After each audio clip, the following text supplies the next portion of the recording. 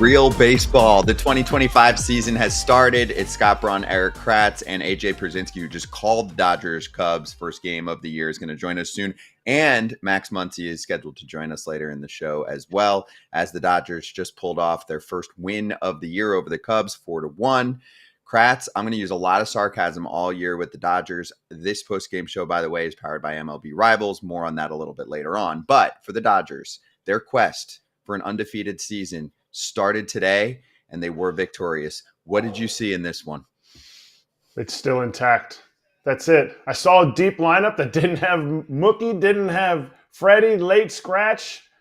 Like this team came out and did exactly what they needed to do. I don't think they really were going to get to the starter, and they were okay with that. Look at Max Muncy's first, we'll talk about it with him, his first 3 at-bats. I think he saw like 25 pitches. They just grinded down the pitchers who they weren't able to score anything off of. And then when guys made mistakes or when Shohei came up to hit, they were able to get the runs across that they needed. And they even struck Ben Brown, came up and got a big strike out of Shohei. But the electric environment in Tokyo showed that we as Major League Baseball need to keep doing this. Yes. It is everything out there, and it was the toughest ticket to get a hold of, too. I mean, the toughest ticket. It is Super Bowl status. Apparently, tickets for the game were so tough to find, because also they have some stricter rules on the resale market, that the cheapest ticket in the upper deck was $3,500. Whoa, I didn't hear that. That's crazy. Well, that's what I'm seeing here from some tweets. So if you were super rich and bougie, you could go to the game. Otherwise, you watched like us and you listened to Jason Benetti and AJ Pierzynski, who were awesome on the call. AJ joining us soon. But hey, the Cubs did crack the scoreboard first. Miguel Amaya, who's a promising young catcher for the Cubbies, nice defensive catcher, and then obviously got things started with the knock off the four-seam fastball from Yamamoto to go up 1-0. But that was all the scoring for the Cubbies. Here it is. Nice little oppo piece, deep. I mean, he just put the ball out in play and found a gap. But you always say in that situation, that was selfish of Amaya, because then they just didn't get a single fastball in the zone. So it's like the best way to get him to stop throwing his fastball, the pitch that I think guys have the best time hitting against, is to don't swing at it. Don't swing at it. He'll keep throwing it. But, he threw a strike there, drove it to the gap, and then you sit there and you go, okay, why would we ever get hurt on another fastball again? And it became a lot of splits, a lot of that cutter, down and away, cutter slider hybrid thing. He gave up a hit on his curveball. They tried to throw to Swanson, never went back to that one again. So it really shows Yamamoto's stuff.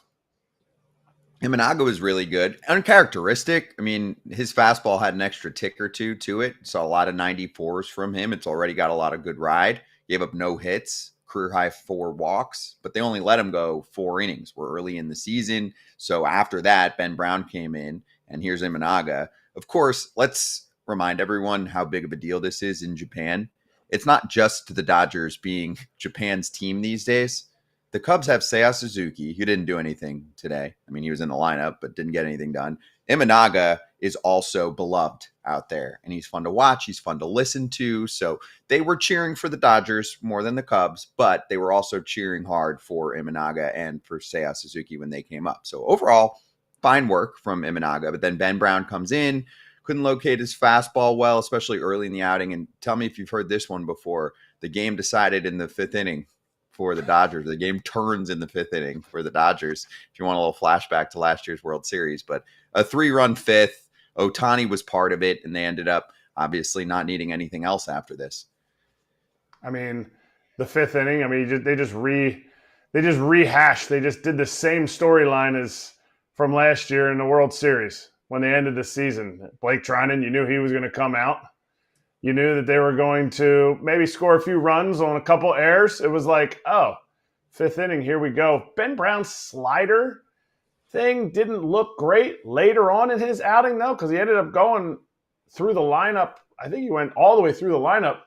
It started to really, really is what I think Counsell wanted to bring him in for. Either it was a slider or it was a splitter, whatever it was, but he was getting a lot of swings on it, and it was like 3 miles an hour harder too. So again, the Dodgers just wait for, one little leeway into scoring some runs, getting some guys on base, and it was really Ben Brown just in the 5th inning. All right, here's the deal. We should have Max Muncy ready after we swing back from a quick break. Perfect. Live. Kratz, what time is it? Time to stop overpaying for wireless with these bogus fees and, quote, free perks that actually cost more in the long run. You know what I'm saying? What he's saying is it's time to switch to Mint Mobile with premium wireless plans starting at $15 a month. Just check it out. See how much you can cut off your cell phone bill. Go to mintmobile.com/territory. No unexpected overages on those bills. You get all the bells and whistles too. And I love that all plans come with high-speed data and unlimited talk and text delivered on the nation's largest 5G network. And you bring over your current phone number when you switch. If you like your money, Mint Mobile is for you. Shop plans at mintmobile.com/territory. That's mintmobile.com/TERRITORY.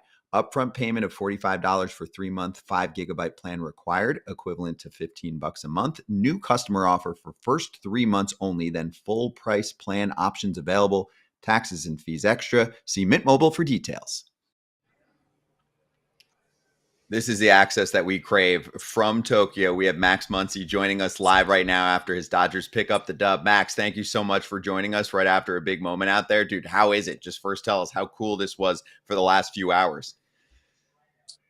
Yeah, it's pretty awesome. The atmosphere over here is electric. It's not really like anything, it's pretty much like a World Series game over here. That's kind of the atmosphere that's going on right now. I mean, the stadium's still completely packed right now. It's 20 minutes after the game ended. Um, it's just different over here. They love it, and it's been a lot of fun so far. Who's the hero over there besides all Japanese players aside? Because we heard the ovation for Seiya, for Yamamoto, for Ohtani. Who's the American hero that got the loudest ovations? I mean, everyone really. They kind of they love all the players over here. Teo got a pretty good one. I think Freddie maybe got the biggest one during the exhibition games. I'm sure if Mook was playing, he would get a really huge one. But yeah, the Japanese guys, they love their home guys here, and it's been fun to see. Max, we found out really close to game time that Freddie wasn't going to be able to play in this one. Have you seen him? And when did you guys find out that he wouldn't be a part of this one today? And obviously, if you want to add on Mookie as well, I'm sure he wanted to be in this game. Yeah, we probably found out at the same time that you guys found out. It was right before game time. Just wasn't able to go, and it's kind of a hard blow to get dealt 10 minutes, 15 minutes before the game, and but thankfully that's why we have the depth that we have. We can fight through this to deal with it, and we got to get him back home, get him healed up, and be ready to go. Same with me. Yeah, he wasn't feeling real good, and we all know that he wanted to be out there with us, but we got to get guys healthy. It's about 8 months. It's not about this one game. Max, dude, what's up? First of all, nice game, but I have to ask, why the heck did you swing at the first pitch to win at bat? You saw 31 pitches, the other, 3 or 4 at bats, and you swung at the first pitch. What the heck are you doing? I won a few heaters that I saw. I didn't want to miss it, and I missed it.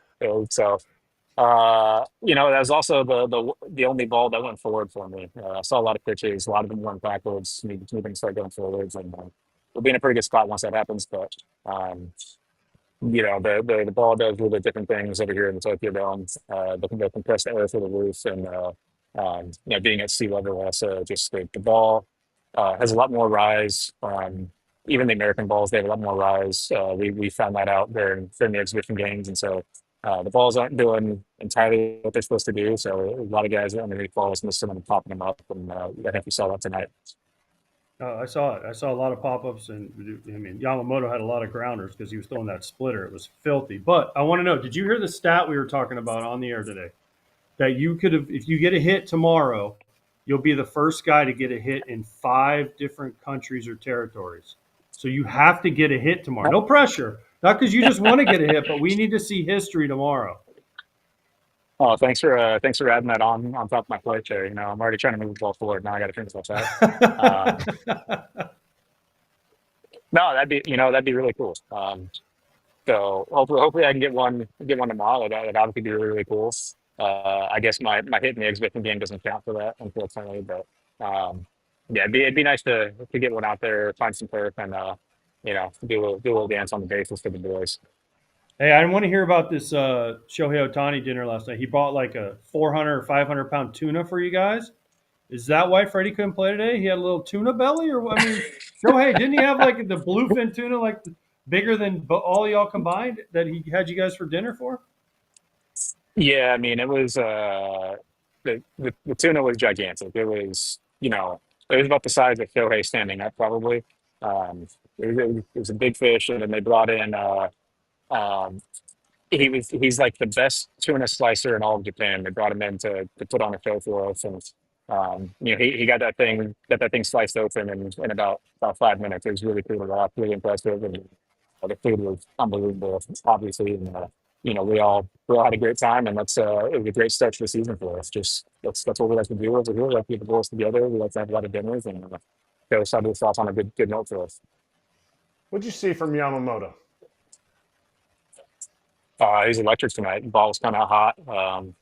You know, he was commanding the ball decently, probably not as well as he would have liked to, but I thought he was commanding it well.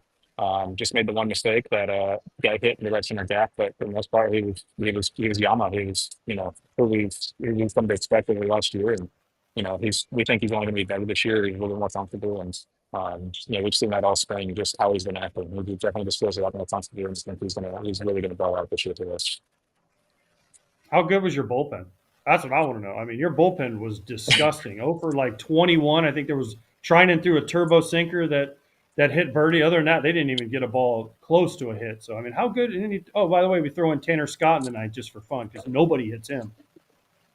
Yeah, that was that's kind of like the whole theme for us this year. Just get the ball to the 6 innings, get those guys a lead and watch them do what they'll do. And tonight was just a kind of a start of how it's going to be for us, I think. And those guys are electric back there. Hopefully, we can score some more runs so we can take some pressure off those guys, and they won't have to get used nearly as much. But we know that all we're going to do is just get a lead, and it takes a lot of pressure off the offense for sure.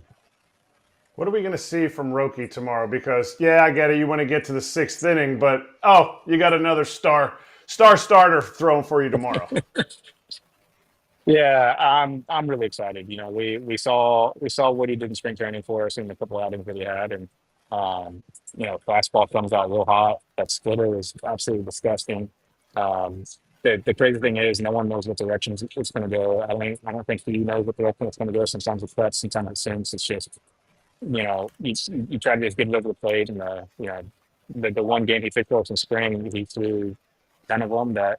Well, everyone missed it by like 10 feet, I feel like. So, I'm sure he's going to be pretty amped up for his first start for us tomorrow. And, hopefully he can get his nose under control and not be too erratic. But,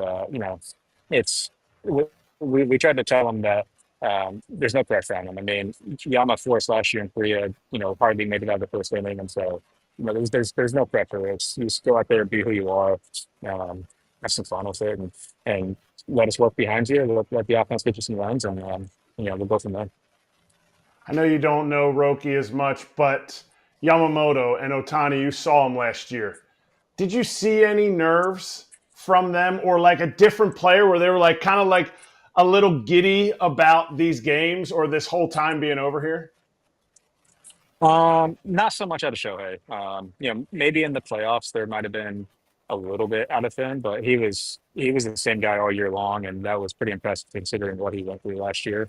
He was just even keeled the entire season, and like I said, maybe a tiny bit in the playoffs or so, but Yama was definitely that's his first time over in the States, and so just throughout the year you could easily tell that he got much more comfortable with us as teammates, the coaching staff.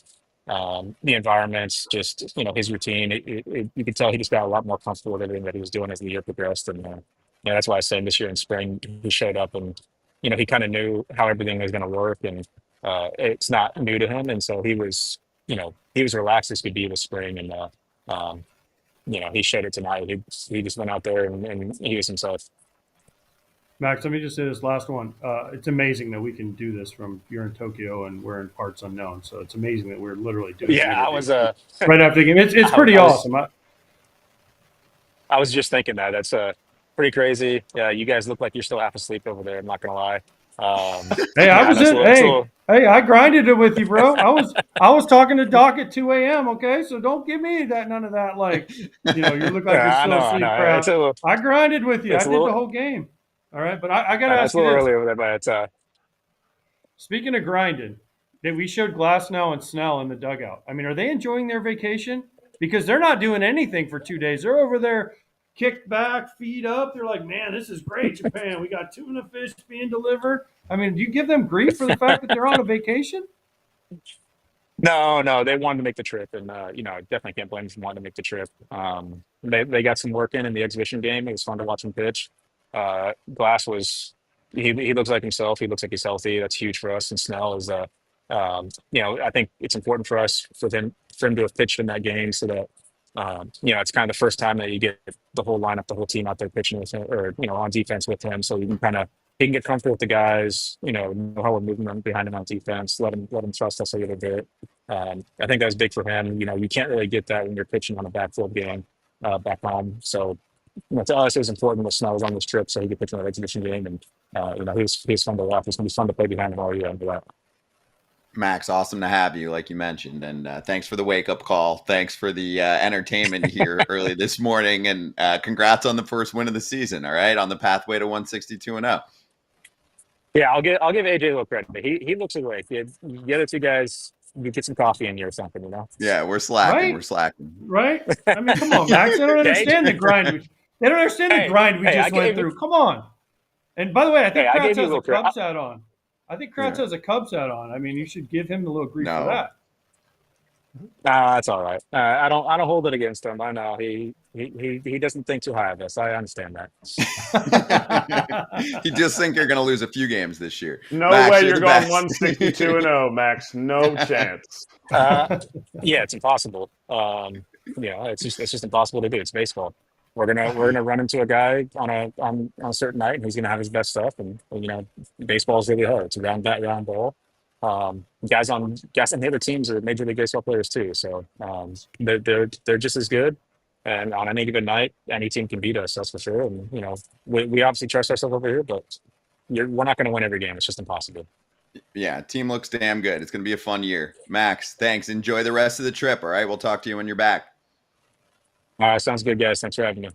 Thank you. Max Muncy with us after the Dodgers take down the Cubs in the first game of the season, the first real game of the season. All right, AJ's here with us too. AJ, you just called the game with Jason Benetti. It was awesome on Fox. So how was that for you? And give us your thoughts on what happened in terms of the actual play on the field too. It was awesome. Again, it's amazing that we can do this the way we're doing it. But let me just say this. It was a great game.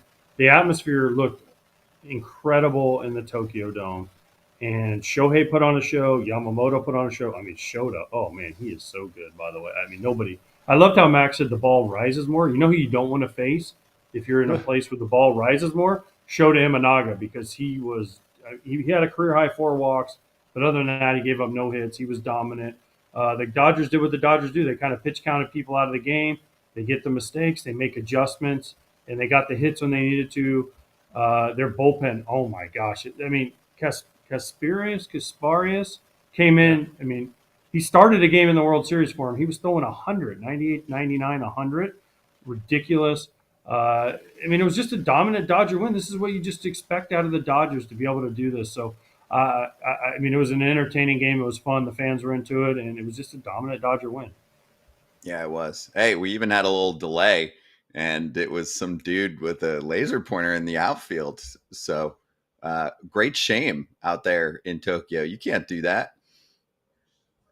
No, the best part was the music. We talked about it on the air. The music. They were playing, 4 non-blondes. What's going on? And then they played, all the music to go along because nobody knew what was happening. So the DJ, I think his name was DJ EJ, was the DJ out there. So he knew what was going on because he crushed it with all their stuff. And I don't know. Listen, the atmosphere. We didn't show it on the air, but off the air they had the sushi race and the giant chopstick challenge, and I mean there was just a lot of the crowd was into it. They had the cheerleaders going. I mean, just what a showcase for Major League Baseball.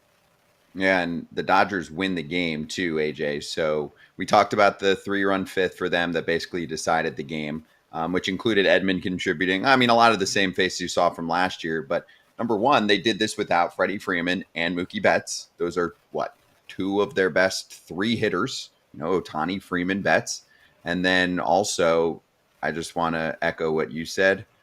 That bullpen looks disgusting. Ooh. Did nobody want some of those back end guys? I would have paid a little bit more for them. There's Mookie, who unfortunately actually had to travel back home.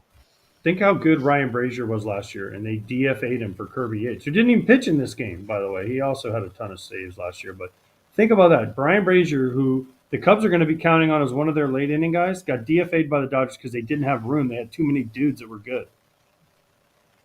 Insane, dude. Insane. I mean, Brazier pitched in this game. Blake Trinan looked just like he did last year. And then Tanner Scott is new to the party, too. Oof. Good luck. Good luck, guys. I mean, the Dodgers are going to be good. We know this. But, wow.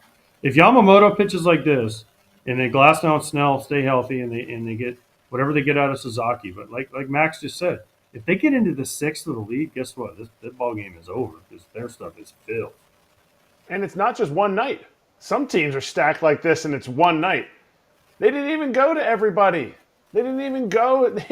I mean, you have closers. You have closers on deck. Those 3 guys at the end of the game can all close a game. So if one of them goes 2 nights in a row, you're not going to have all 3 go 2 nights in a row. So you're always fresh.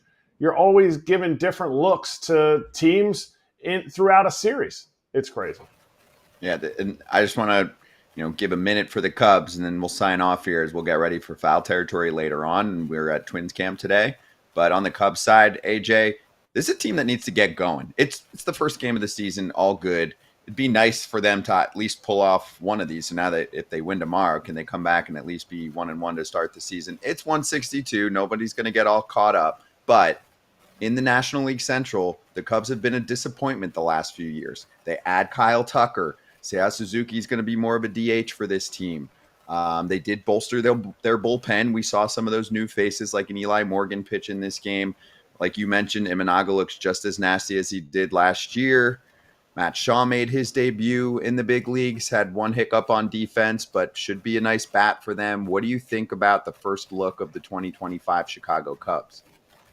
I think they're going to be okay. I think they're going to be in this race, and we kind of said it on the air that it's their year, I think, where they have to take the next step, at least for me, because the Cardinals are going to be down. The Pirates are still where the Pirates are. The Brewers, yes, they always overperform, but how many hits can they take? How many losses can the Brewers take? And then you have the Reds, we don't know with Tito, and is their pitching staff going to stay healthy? So this should be the Cubs' year to take this division. Now, will they do it? We don't know because health and there's a million factors. But you bring in Craig Counsell, you bring in Kyle Tucker, you bring in some of these guys. Was this the year where the Cubs take that step and win the division and get to the postseason and finally unseat Kratz's Brew Crew? Hadn't happened yet. I guess we'll never know, just like Alex Bregman said. But he would have looked good in Cubby Blue. Yeah. They didn't want to pay him. Would have. Didn't get enough. Wasn't enough. Didn't structure it correctly. Whatever it was, this lineup needs a boost. If you're starting a rookie hitting 5th, he's got to have a rookie of the year type of year. If you trade what you traded for Kyle Tucker, he's got to be an MVP Kyle Tucker. Those things go well, it's going to be a fun summer in Chicago. They don't go well, and this bullpen gets overexposed. Certain guys don't step up in the roles that they're in.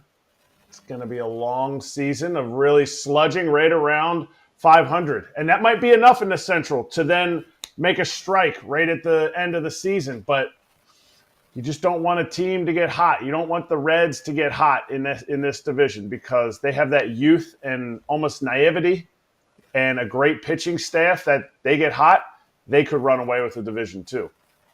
And the Dodgers look like they're going to win a lot of 4-1 games this year. Maybe some 8-1 games as well once Freddie and Mookie are feeling okay. This team looks insane. Absolutely insane.